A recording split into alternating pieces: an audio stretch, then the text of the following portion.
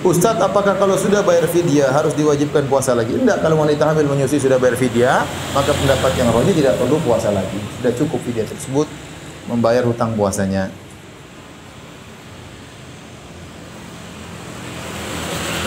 Sewaktu saya pulang kampung, sholat tahajud, i'tikaf di masjid 10 hari terakhir dilakukan secara berjamaah. Bagaimana Ustaz? Enggak ada masalah. Seperti di Masjid Nabawi dan Masjid Haram, mereka tatkala 10 hari terakhir, mereka sholat malam 2 ronde. Malam pertama 2 jam, 20 rakaat. Mulai dari Ba'da Isya sampai sekitar jam 11 atau jam 10 setengah 11. Kemudian ronde kedua jam 1 sampai jam 3 seperempat.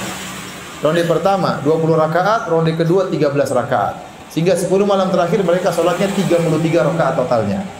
Ini tidak mengapa kalau karena kita ingin habisin waktu untuk beribadah, sepakat sama jamaah di kampung kita sholat yang ronde pertama sekian, 20 atau 11 atau 10, nanti kita bangun lagi malam hari, ya kita sholat lagi, enggak ada masalah, silakan.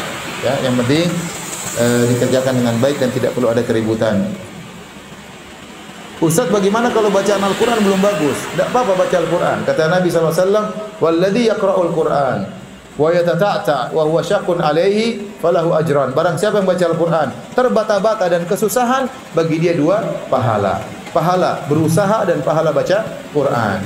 Maka saya nasihatkan kepada bapak-bapak dan ibu-ibu, mumpung bulan Ramadan, kalau ada majelis tahsin bagus, ngundang seorang ustazah untuk ngajar tajwid. Tajwid meskipun ya kalau bisa tajwid bisa setiap hari bagus, kalau enggak seminggu sekali. Kesempatan, karena orang kalau tajwidnya bagus dia semangat baca Quran. Benar ini, pengaruh. Orang kalau tajwidnya bagus, ngucapin huruf dengan baik, makharijal hurufnya benar, dot benar omongnya, ta benar omongnya, sin, shin benar omongnya, dal, zai benar omongnya, maka dia akan semangat baca Quran. Tapi kalau baca Qurannya belepotan, agak sulit dia baca Quran. Akhirnya semangat dia baca Quran kurang. Kenapa? Tajwidnya kurang enak. Kalau dia baca Quran semuanya berhenti karena ganggu suaminya. Oleh karenanya, yang belum bisa baca Quran tetap baca Quran sambil belajar, ya, tetap dapat pahala luar biasa. Tapi kalau ada kesempatan baca Quran sama ustazah untuk mengajarkan, itu tentunya yang terbaik, terutama di bulan Ramadan.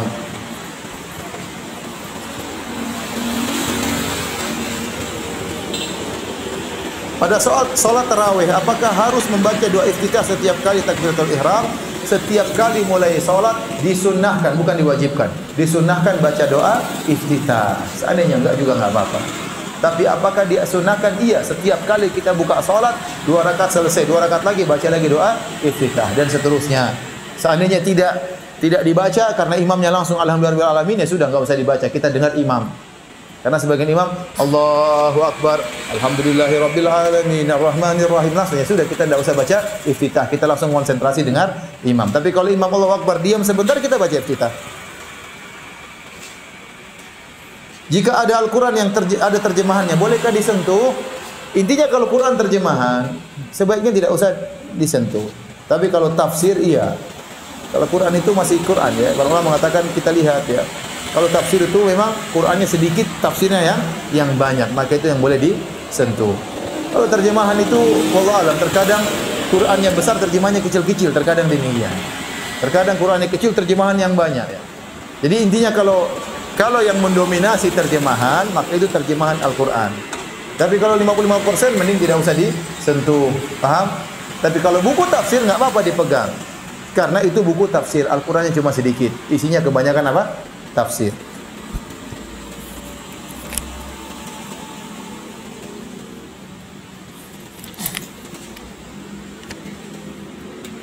Ini banyak pertanyaan berulang-ulang, sudah kita jawab. Sama yang lain. Pak Ustadz bilang wanita lebih baik sholat di rumah. Bagaimana pahalanya? Iya, pahalanya sama seperti laki-laki sholat berjamaah. Pahalanya sama seperti laki-laki sholat berjamaah. Saya tanya sama ibu dan bapak sekalian. Laki-laki kalau sholat berjamaah di masjid berapa derajat? 27 derajat. Kalau wanita sholat di masjid juga dapat nggak? Dapat.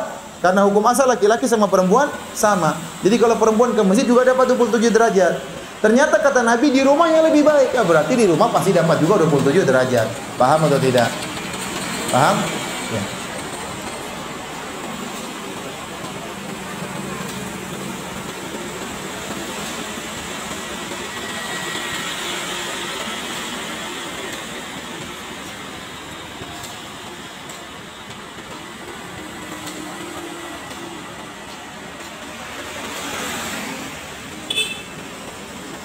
2 kali Ramadan sedang hamil besar. 2 kali Ramadan sedang hamil besar. Berarti hamil berturut-turut 2 tahun. Sehingga memutuskan untuk tidak puasa. Sudah bayar fidyah, apakah masih harus mengqadha? Enggak, kalau sudah bayar fidyah enggak usah mengqadha lagi.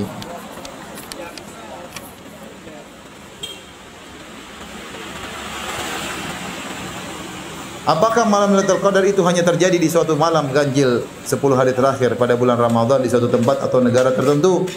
Karena waktu dunia ini tidak sama, berbeda-beda. Pokoknya masing-masing sesuai dengan daerahnya ya.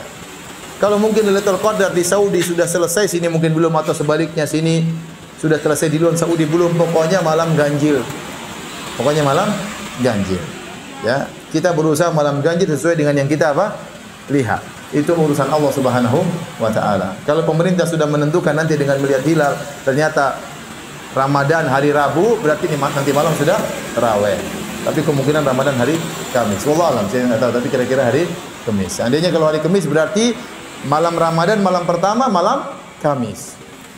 Nanti tinggal hitung malam ke-21, malam ke-23, malam ke-25, malam ke-27, malam ke-29. Ustaz, lebih afdal mana, hafalan atau tilawah? Tambah hafalan atau tilawah?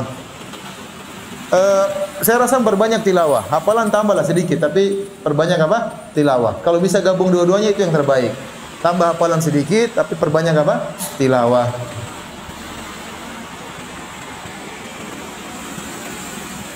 Ustaz, bagaimana caranya agar kita fokus beribadah di bulan Ramadan? Tapi kami seorang pedagang kuliner.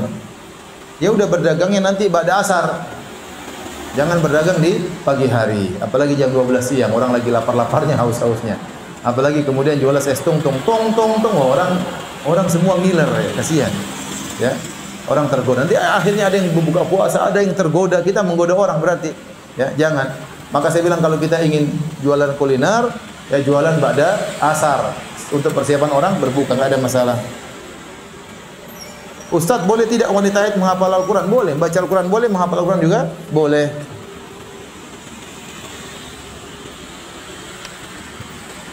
Saya sedang mencoba memperbaiki diri karena saya tahu laki-laki soleh untuk wanita soleha. Namun pada kenyataannya saya masih suka terlambat subuh. Padahal sudah pasang alarm dan berniat dalam hati tidak ketika mau tidur. Apakah mungkin saya masih mendapatkan laki-laki yang soleh? Ya insya Allah, nanti kita sudah berusaha ya. Ini jomblo ya. Laki-laki soleh banyak, jangan khawatir ya. Laki-laki soleh banyak. Tapi memang kenyataannya laki-laki soleh, laki-laki lebih sedikit daripada perempuan. Banyak doa. Yang penting berusaha memperbaiki diri. Allah tahu kita sudah berusaha. Taruh waker terlambat, jam alarm terlambat, Allah sudah tahu kita sudah berusaha. Makanya kita ambil sebab-sebab supaya tidak terlambat bangun subuh. Percuma pasang alarm jam 4:30 tapi tidurnya jam 2. Ya sama saja kalau begitu. Ya, kalau ingin bangun subuh ya tidurnya jam 10, nanti bangun 4:30 atau bangun jam 4 sudah sempat sholat witir. Ya tidurnya jam 10. Tapi kalau malam kemudian nonton ini lihat akhirnya tidur jam 12, jam 1, ya bagaimana mau bangun subuh? Ya. Tapi kalau berusaha insya Allah bisa. Itu masalah kebiasaan.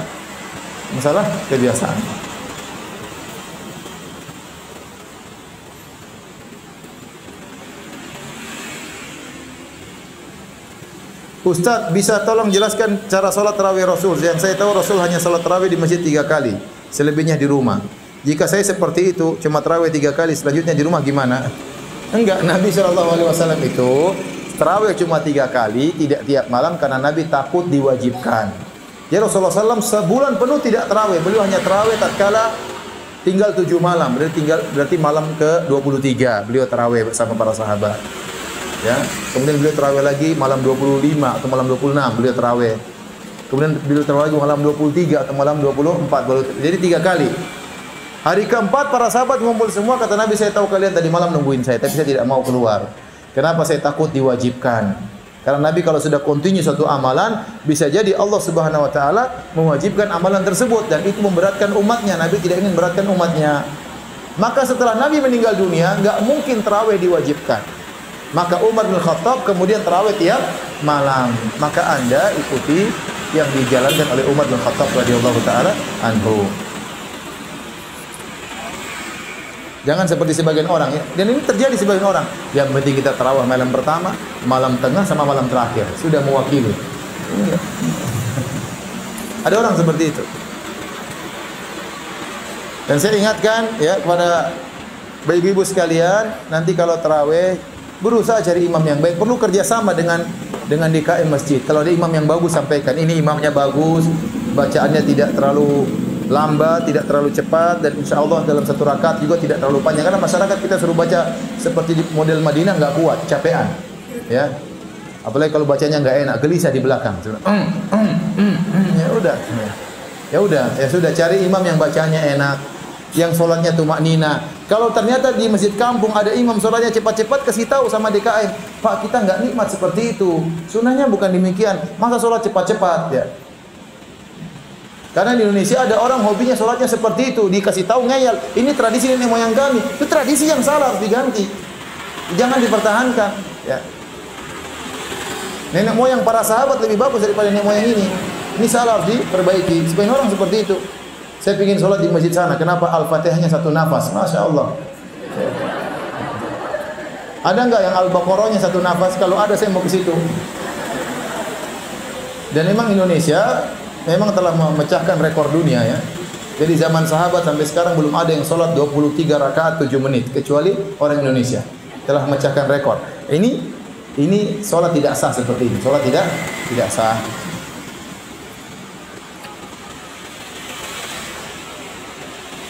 Saya pernah pergi umroh, suatu saat saya harus pergi umroh lagi dalam rangka mendampingi orang tua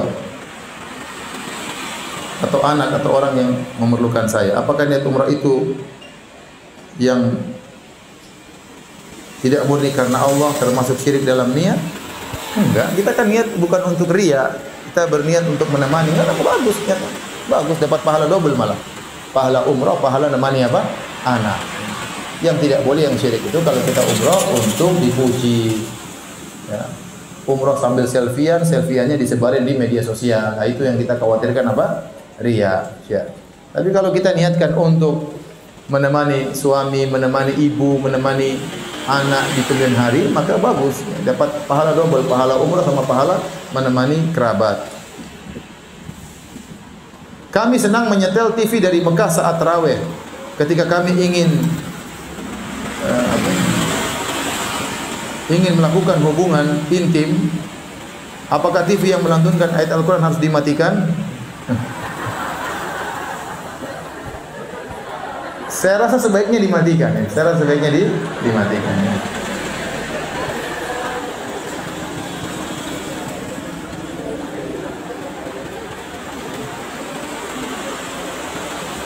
Seandainya rumah sepi, boleh nggak iktikaf di rumah? Nggak boleh. Iktikaf itu di mana? Masjid. Ya. Iktikaf di masjid. Ya. Antum aqifuna fil masajid, dan kalian iktikaf di masjid. Jadi tidak boleh iktikaf di rumah. Kalau seorang istri ingin iktikaf di masjid tapi suami menyarankan di rumah saja, bagaimana? Ya di rumah saja. Taat kepada suami adalah hukumnya wajib. Ya udah, jangan iktikaf, enggak usah iktikaf.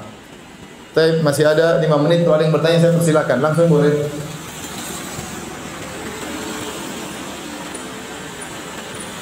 Masih ada yang bertanya? Kalau enggak selesai kita.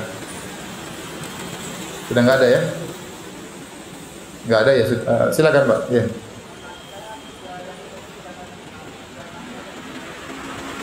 Apa? Mungkin enggak kebaca kali. Pertanyaannya apa Pak? Silakan.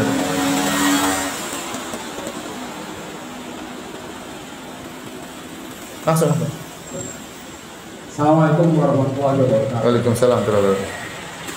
Itu pertanyaannya tentang kenapa kita juga melakukan puasa Ramadan selama 1 bulan. Jadi alasan apakah kita digunakan untuk puasa? Alhamdulillah bukan setahun Pak. Alhamdulillah bukan setahun, 1 bulan alhamdulillah. Itu alasan. Itu urusan Allah Subhanahu wa taala. Sama seperti kenapa kita sholat 5 waktu, kenapa sholat duhur 4 rakaat. Seandainya syariat menjelaskan kenapanya, kita akan jelaskan. Tetapi qadarullah, setahu sepanjang ilmu saya, tidak ada penjelasan kenapanya, ya. Jadi seperti itu. Itu hikmahnya Allah pilih 1 bulan toh. Allah tidak lebih daripada itu, mungkin supaya meringankan. Makanya Allah mengatakan ayyaman ma'dudat, hari-hari yang terbilang, hanya sebentar. Tidak lama. Seandainya kita disuruh puasa 1 tahun, mampus kita.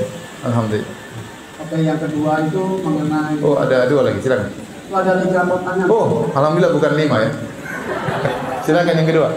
Yang kedua, jadi itu kan ada cerita bahwa ada seorang badui yang melaporkan mengenai hilal kepada Rasulullah. Terus? Dan pada saat itu Rasulullah setelah menanyaki atau menyumpah badui itu memerintahkan kepada umat untuk melakukan puasa.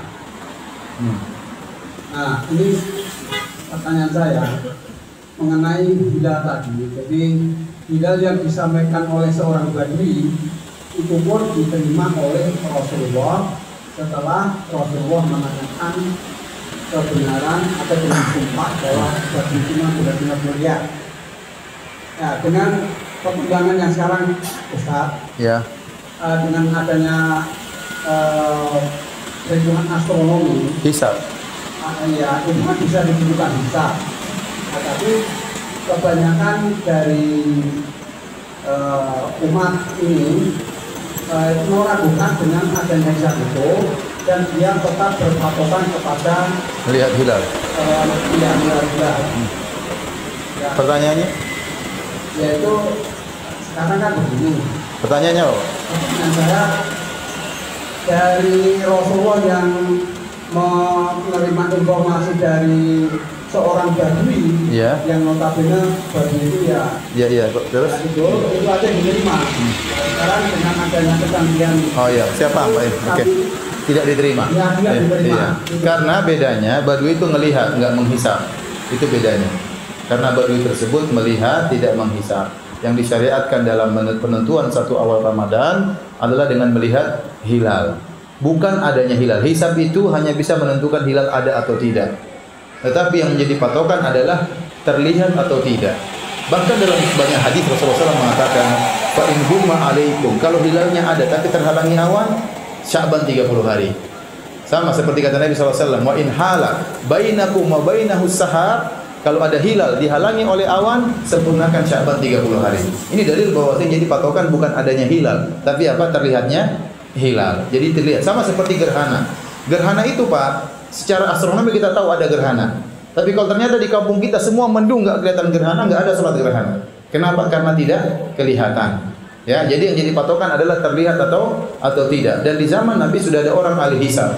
Sudah ada zaman sahabat, sebagian sahabat ahli hisab. Banyak orang Romawi masuk Islam, kemudian orang Persia mereka juga ahli hisab. Namun mereka tidak menjalankan praktek hisab. Hisab itu membantu untuk menentukan mungkin terlihat atau tidak. Membantu, tapi bukan menentukan. Paham Pak ya? Jadi hisab itu membantu. Contoh, seperti tahun ini sebagian organisasi mengatakan nanti malam hilal -2 di bawah cakrawala setelah terbenam. Maka nggak mungkin kelihatan. Menurut apa? Hisab. Ini membantu. Kemungkinan besar tidak kelihatan hilal. Tetapi tetap kita harus melihat hilal karena itu perintah Nabi sallallahu alaihi wasallam. Ya, kemudian contoh di tahun yang lain kata sebagian organisasi, hilal menurut hisab kami akan nampak 2 derajat di atas cakrawala.